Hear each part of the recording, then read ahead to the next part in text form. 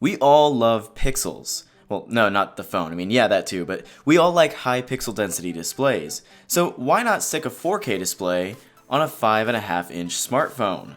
This is the Sony Xperia XZ Premium.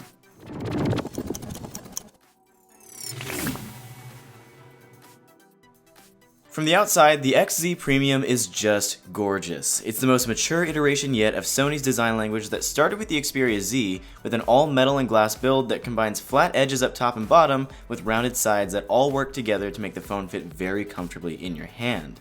That premium branding is no joke either. This is one of the most well put together phones I've ever held, and even though the front and back are glass, they're built tough with Corning's Gorilla Glass 5, so they should be able to withstand most drops without a problem.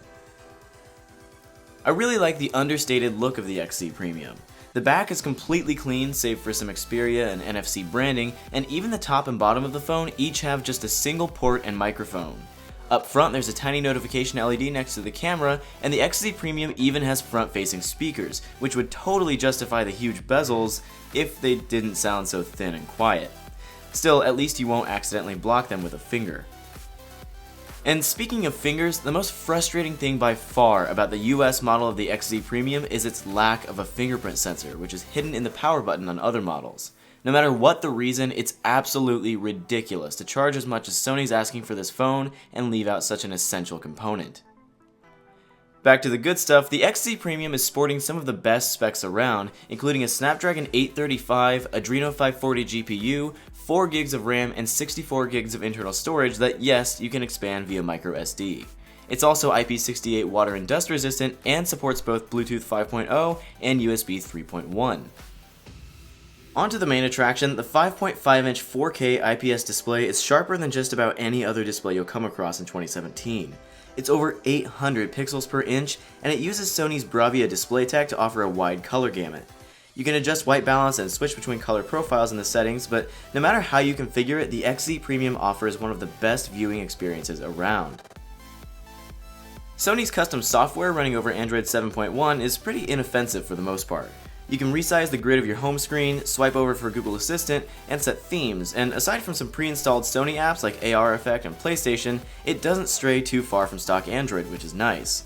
You do lose the swipe up gesture to access the app drawer, and it would be great if swiping down opened the notification tray instead of this search box I'll never use, but even if I don't love Sony's software, I do love how effortlessly the XZ Premium flies through it all.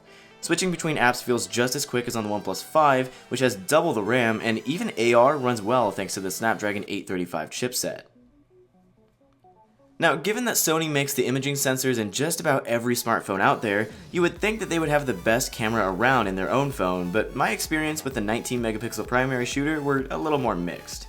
Photos look sharp enough, and the quick shutter speed allows you to capture moving objects like water with ease, but I can't shake the feeling that the colors in my photos always look undersaturated and lifeless. It's also pretty frustrating that the only way to shoot 4K video is by going into a separate camera mode, which takes time and could cost you the shot. I really love the two-stage camera button on the side of the phone though. Sony has always been one of the only Android OEMs to include the feature on their phones, and just like the volume slider on the OnePlus 5, it immediately becomes second nature and never stops being convenient.